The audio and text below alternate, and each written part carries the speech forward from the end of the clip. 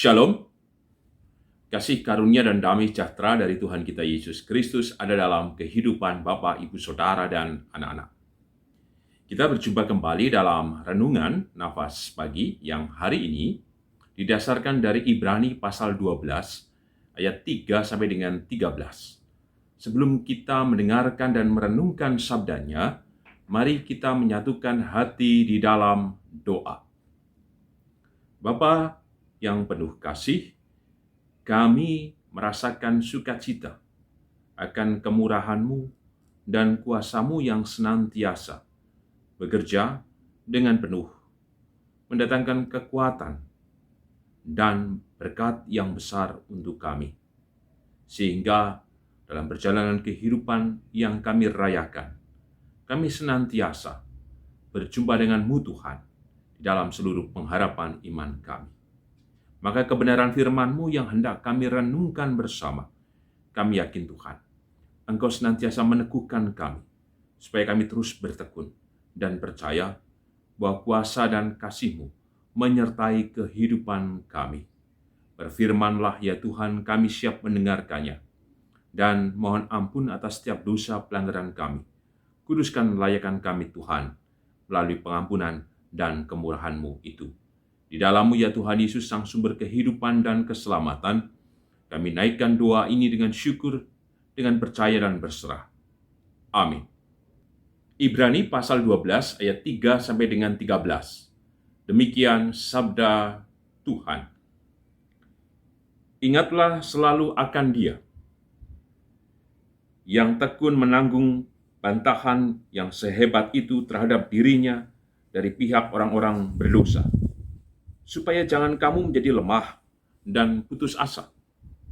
Dalam pergumulan kamu melawan dosa, kamu belum sampai mencucurkan darah, dan sudah lupakah kamu akan nasihat yang berbicara kepada kamu seperti kepada anak-anak?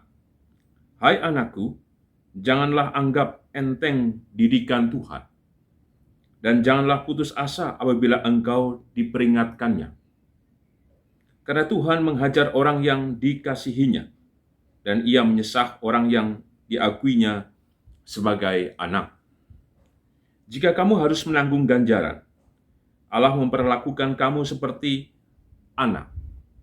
Di manakah terdapat anak yang tidak dihajar oleh ayahnya? Tetapi, jikalau kamu bebas dari ganjaran yang harus diderita setiap orang, maka kamu bukanlah anak, tetapi anak-anak gampang. Selanjutnya, dari ayah kita yang sebenarnya, kita beroleh ganjaran, dan mereka kita hormati. Kalau demikian, bukankah kita harus lebih taat kepada Bapa sebagai roh, supaya kita boleh hidup? Sebab mereka mendidik kita dalam waktu yang pendek, sesuai dengan apa yang mereka anggap baik, tetapi Dia menghajar kita untuk kebaikan kita, supaya kita beroleh bagian dalam kekudusannya.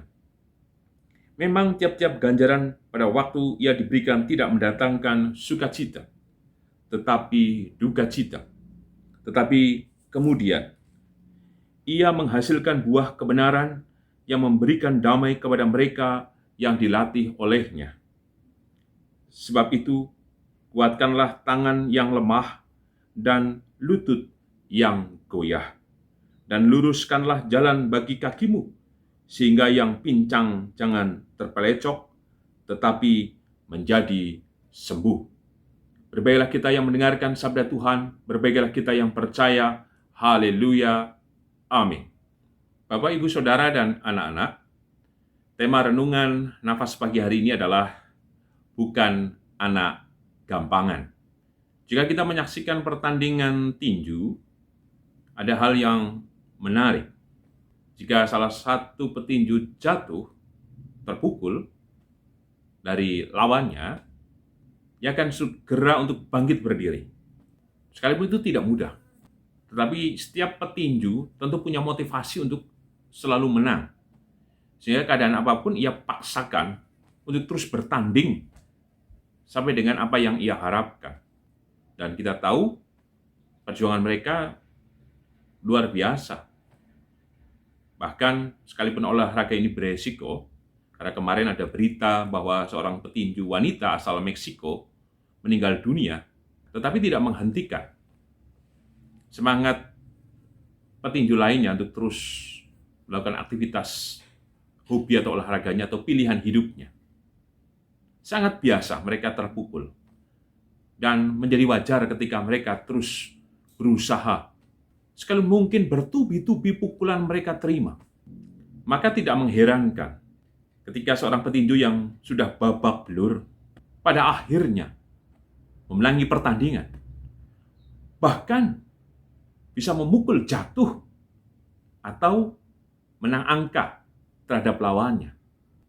Ada seorang petinju mengatakan bahwa pukulan lawan bukan menghentikan dirinya dan membuat ia menjadi lemah dan kemudian merasa kalah, tetapi justru menjadi kekuatan untuk harus terus berhati-hati, harus kemudian terus menjaga stamina, harus kemudian dengan cerdik, dengan cerdas, dan pukulan-pukulan yang menghajar wajahnya atau badannya, sekalipun itu sakit, tapi ia terima, supaya ia tetap melakukan yang terbaik, dan ia lipat gandakan demi kemenangan yang ia impikan.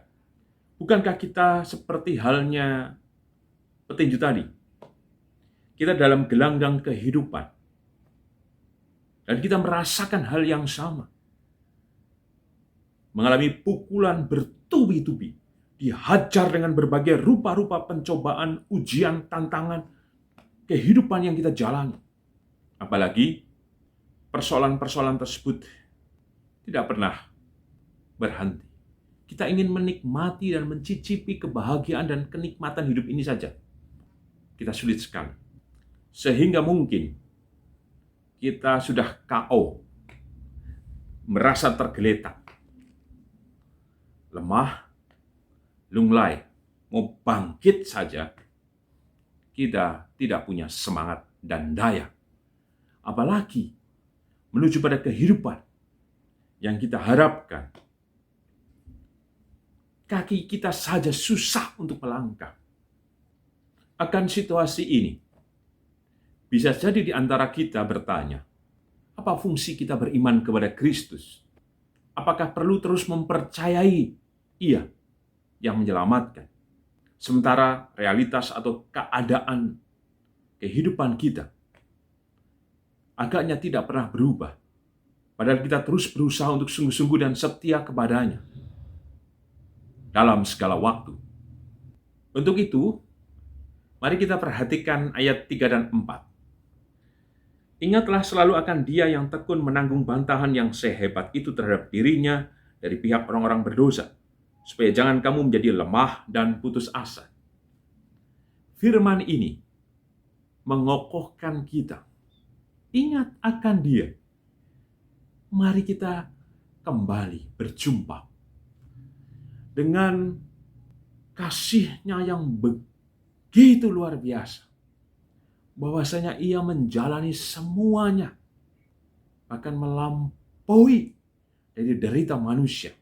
Bukankah Tuhan Yesus disalibkan? Penderitaannya amat dalam, tetapi Ia tidak pernah mundur menyatakan kemurahannya dan merelakan dirinya untuk kehidupan manusia. Maka di ayat ketiga ini, ketika kita ingat akan Dia, kiranya kita tidak menjadi lemah dan putus asa. Bahwa Allah yang menderita bersama dengan penderitaan kita. Maka ayo, kiranya kita tidak menjadi lunglai dan tak berdaya. Karena, kenapa? Mari kita baca di ayat keempat. Dalam pergumulan kamu melawan dosa kamu belum sampai mencucurkan darah. Kita sepertinya sudah merasa terlalu berat menanggung derita ini.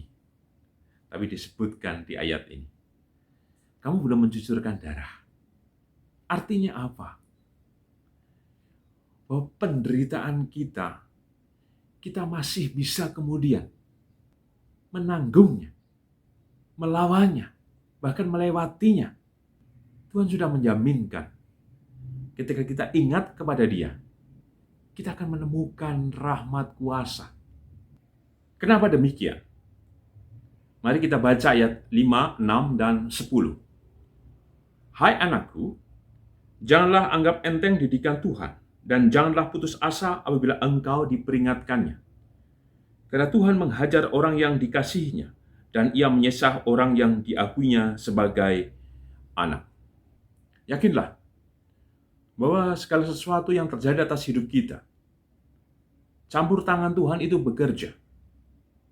Bahkan dari setiap pukulan, hajaran, dari berbagai tantangan, cobaan, godaan, dan lain sebagainya, jika kita tetap kokoh dan mengingat Dia dan percaya kepadanya, maka segala sesuatu yang tadi terjadi akan menjadi berkat yang besar atas hidup kita. Karena tentu disebutkan, pencobaan-pencobaan yang sedang kita hadapi tidak melebihi kekuatan kita. Jika itu melebihi, maka selebihnya Tuhan yang akan hadir menolong kita. Bahkan ketika perkara itu terjadi dan sedang kita alami, tadi didikan Tuhan bukan berarti Ia terus menyesah kita dan sebagainya, tidak. Tapi bagaimana Ia menyertai kita dan kita diberikan kemampuan untuk menanggung apapun yang sedang kita hadapi dan jalani. Dan di dalamnya, dari setiap hal yang kita jumpai, itu bermakna dan akan semakin membuat kita melihat bahwa Tuhan hadir. Dan kita kiranya terus bertumbuh dalam iman dan pengharapan kepada Tuhan. Seperti di ayat yang ke-10. Tetapi Dia menghajar kita untuk kebaikan kita, supaya kita beroleh bagian dalam kekudusannya. Dalam berbagai peristiwa, sesungguhnya kita dimurnikan kembali. Apakah kita benar-benar berserah? Apakah kita benar-benar percaya? Apakah kita benar-benar setia? Apakah kita benar-benar mengikut Tuhan dengan sungguh-sungguh? Apakah kita benar-benar ketika membuat pilihan untuk menjawab tantangan-tantangan kehidupan tersebut, kita hanya mengandalkan Tuhan? Bahwasanya kita dibentuk, kita diproses. Artinya dalam kemurahannya, dalam penebusannya, dalam rahmatnya melalui tubuh dan darahnya yang menyelamatkan kita. Pesan apa yang kita terima dalam renungan nafas pagi hari ini? Yang pertama, kita perhatikan ayat ke-11. Memang tiap-tiap ganjaran pada waktu ia diberikan tidak mendatangkan sukacita tetapi duka cita. Tadi, didikan Tuhan atau ketika Dia menghajar tadi, menyesah. Siapa yang mau? Bukankah semuanya ingin baik-baik saja, tenang-tenang saja, dan aman, nyaman? Tetapi pertanyaannya, apakah ada manusia yang hidupnya benar-benar sesuai yang diharapkan? Semuanya mulus? Tentu tidak. Semuanya menghadapi berbagai rupa-rupa persoalan, pergumulan, pergulatan dalam hidup ini. Untuk itulah firman ini membangun kesadaran kembali kepada kita bahwa setiap peristiwa-peristiwa yang kita sedang jalani atau pernah alami, ada ajaran, ada nilai, ada kuasa, ada rahmat, ada berkat yang turun, yang dari Tuhan.